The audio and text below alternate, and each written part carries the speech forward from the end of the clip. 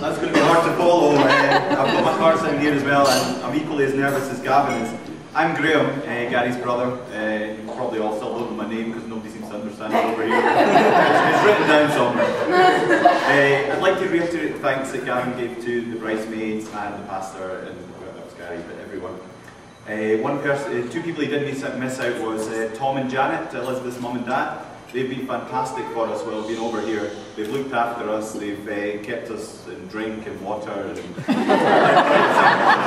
fantastic. There's been a lot of Scottish people over here to look after, so it's been fantastic.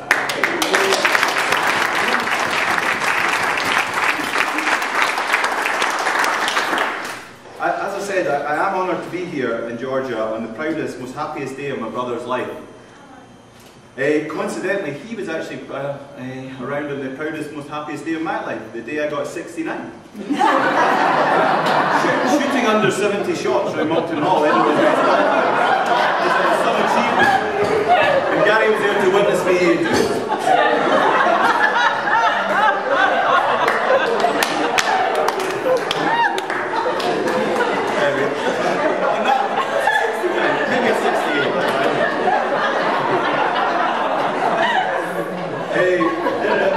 Anyway, that's me in card number 1. I have 10, but it should be quite quick. What I'm going to do is I'm going to do an amusing story, briefly discuss the kilts, as Gary alluded to earlier, and then end with a little bit about the guys at that table there, all these friends.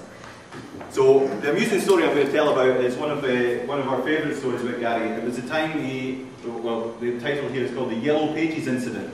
So this was in 1999. Paul Lawrie's 10 shots back in the British Open, sorry, not the British Open. He's 10 shots back in the Open going into the final day. Gary has a speculative £3, about $5 on him at 33 to 1. So Gary's all happy, watches the golf, delighted when he wins. He comes back to the house with me and myself and Stephen in the house at about 11 o'clock at night. So this golf finished about 3 o'clock or something. So he's had a fair few drinks by this time. He comes back and him and my dad were very hungry, so we need to get some food. There's no food open, it's 11:30, you can't do anything. They were like, we'll get food. So they tried 3 or 4 different food places, they were all closed as expected. So Gary gets annoyed, showing his competitive streak, throws a pen at me. I get the pen, put it down on the side and say, I'm not getting involved in your game. So he throws a remote control at me. He throws a TV remote control at me. I was like, right, that's enough of that. Just as I'm putting it down, I turn up and there's a Yellow Pages coming towards me. I take a duck to my left, look behind me, the Yellow Pages is crashed straight through the front window. And my dad's jubilation about Paul Lawrie and their bet sale had turned to fury. As Gary he was in the end of a tirade of abuse about this Yellow Pages incident. So Gary spent his £100 winnings plus an extra £50 waiting in a glazier the next day, fixing the window, and he had to take one of his holidays off work. So that gives you a little thing about what kind of guy Gary is.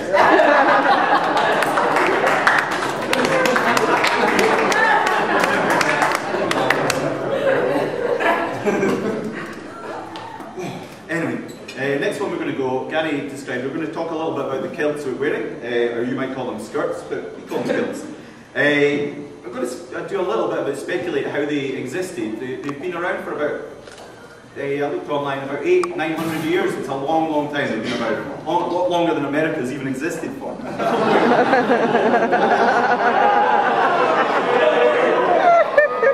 had to go down yeah, we've been at war with the English, are our nearest neighbours. They're just over, they built a wall about 2,000 years ago to keep them out, so keep us out. So they're just over a wall from us. So we've been at war with them basically for the last 1,000 years or so. So the English guys are sitting there, they've got all their smart uniforms, and a bit like some of the guys tonight, they've got maybe not a suit, but like a uniform, a sort of army uniforms, black trousers, black socks, looking quite smart. So the Scots were like, well, we can't look like that. They look very smart. We're going to have to do something different. What will they do? Well, go for some sort of skirt thing. That'll go down well. A skirt. Other Scottish guys looked at it going, this doesn't seem like a good idea, but okay, I'll roll with it. What colour is this skirt going to be? He's like, oh, it's not going to be a colour. It's going to be a tirade of different colours. Okay, that sounds fair. if you think so, that's going to go down well. What else are we going to wear? He's like, well, the English, they wear this underwear, so we're not going to do any of this underwear.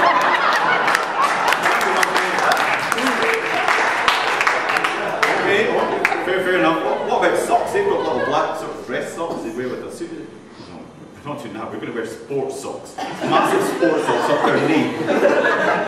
Okay, that's going okay. Fair enough. What about pockets? They're like, no, we're not going to have any pockets. Scottish actually pioneered one thing. I know Gavin said earlier we pioneered a few things, but we pioneered something a long, long time ago. That was the man bag. I think they're not going well over here. It's a man bag, is it? Back home, we've got different names for it, and Elizabeth's granny was speculating this. Barbecue, Gary's Elizabeth. You are not going to believe this. On Wednesday, and then they were all looking at the kilt and saying, "Oh, it looks very fetching, very nice." But what is this hairy bag thing? This hairy ball bag thing they've got there? He's like, well, I think it's like a man bag. Well, what do they keep in it? Elizabeth's granny pipes up to Elizabeth's sheer embarrassment to say, well, I think it's man things they keep in it. Like, condoms?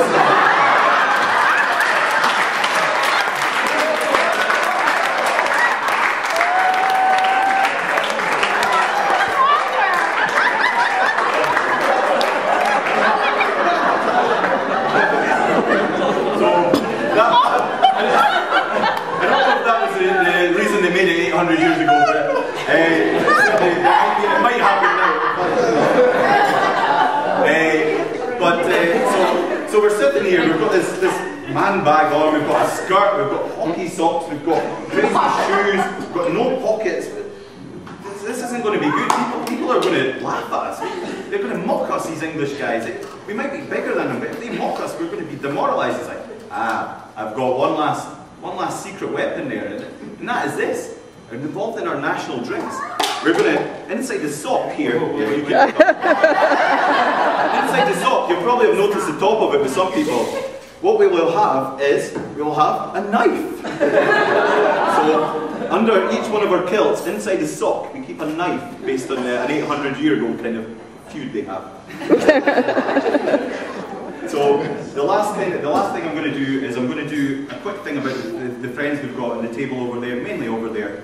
Gavin spoke about earlier that he lived beside us, next door neighbour, since he was 3. I've obviously known Gary a little bit longer than that, although I don't remember it. So that's a long, long time ago. We then, the 3 of us were all very good friends. We had other friends, but 3 of us were very close friends.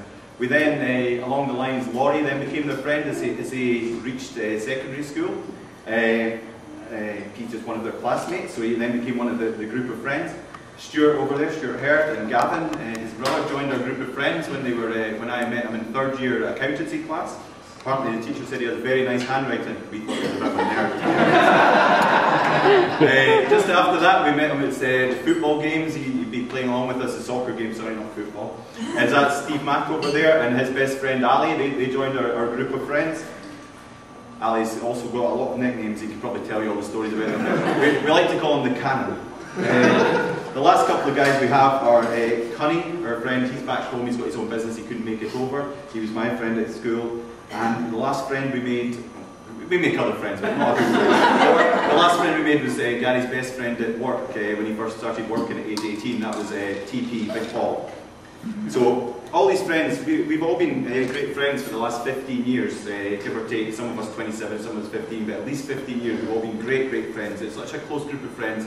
Every time you speak to my mum and my dad, they're always like, the best thing you guys have, the 2 of you, is your group of friends. They're all very close to you, they're all very good friends with you.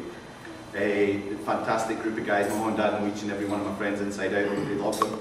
So if you speak to any of the guys in a kilt, I'm calling it a skirt myself here, I'll have a great Gary story. So whether Gary's in Atlanta, Tokyo or Timbuktu in 15 years time, I would like to think that all 10 of us will be good friends then.